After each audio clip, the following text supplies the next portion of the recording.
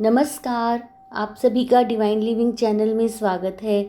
आज हम इस वीडियो में जानेंगे कैसे एक नन्ही सी गिलहरी ने महात्मा बुद्ध को ज्ञान की खोज में आगे बढ़ने की प्रेरणा दी। आइए शुरू करते हैं। भगवान बुद्ध ने बौद्ध धर्म की स्थापना की। उनका जन्म एक राज परिवार में हुआ था, लेकिन जब उन्होंने एक बीमार व्यक्ति, एक बूढ़ा आदमी और एक लाश, जब इन तीनों को उन्होंने देखा तो उन्हें यह समझ में नहीं आया कि आखिर उनकी ज़िंदगी इन तीनों से अलग कैसे है।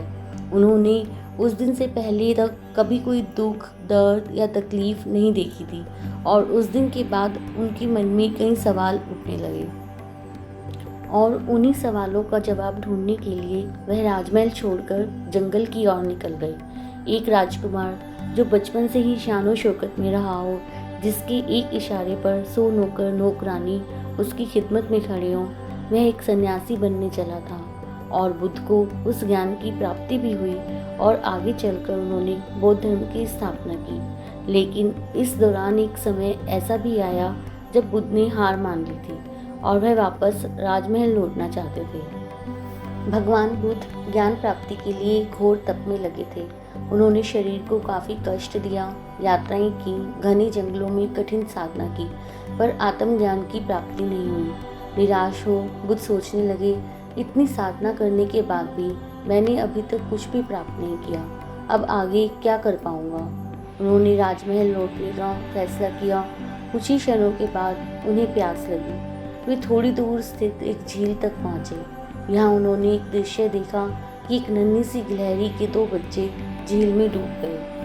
पहले तो वह गिलहरी जड़वट बैठी रही, फिर कुछ देर बाद उठकर झील के पास गई, अपना सारा शरीर झील के पानी में भिगोया और फिर बाहर आकर पानी झाड़ने लगी। ऐसा वह बार बार करने लगी।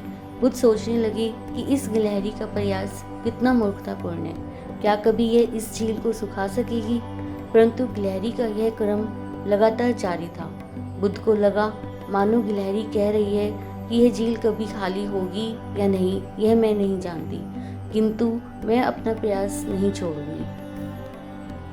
गिलहरी को इस तरह बार बार कोशिश करते देख गौतम बुद्ध सोचने लगे कि जब गिलहरी के अंदर इतनी इच्छा शक्ति है कि वह इतने विशाल झील के पानी को सुखाने का लगातार प्रयास कर रही है, तो फिर मनुष्य क्यों अपनी हार से घबराता है।